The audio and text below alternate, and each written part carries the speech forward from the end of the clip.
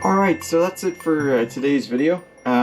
This loco today was 31165, and the reason I'm laughing is this loco, which is 31139 with the front head code. It's brand new from Hornby. This was the one that was supposed to be on the video.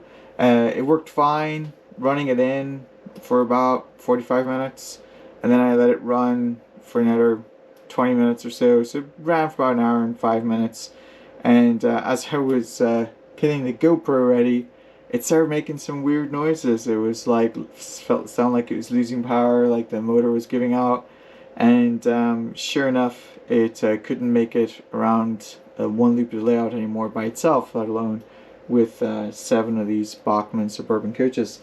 So you may see a video on that. I'll have to take it apart. If it's anything like the Class 56 that failed, it'll probably need a new motor from Hornby. I'm starting to think that that's the reason why Hornby have these instructions in their manuals about how to replace the motor. So anyway, so today's gift, I will put the code and the expiration up there. It is a track tool in 00 scale, and basically these are used just to straighten out your flex track, so you can sort of put it in between the rails, like so, and then you can straighten out the flex track. Then you can also use it to pin down your track as well. So hopefully you guys will find that useful. I do have them in TT120 and N scale as well, and I'm working on the curved ones.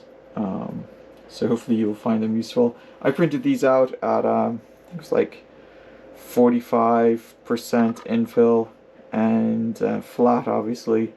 And no brim. You want to just do skirt, otherwise it'll be difficult to get the brim off and have a completely accurate surface. So hopefully you guys will find these useful.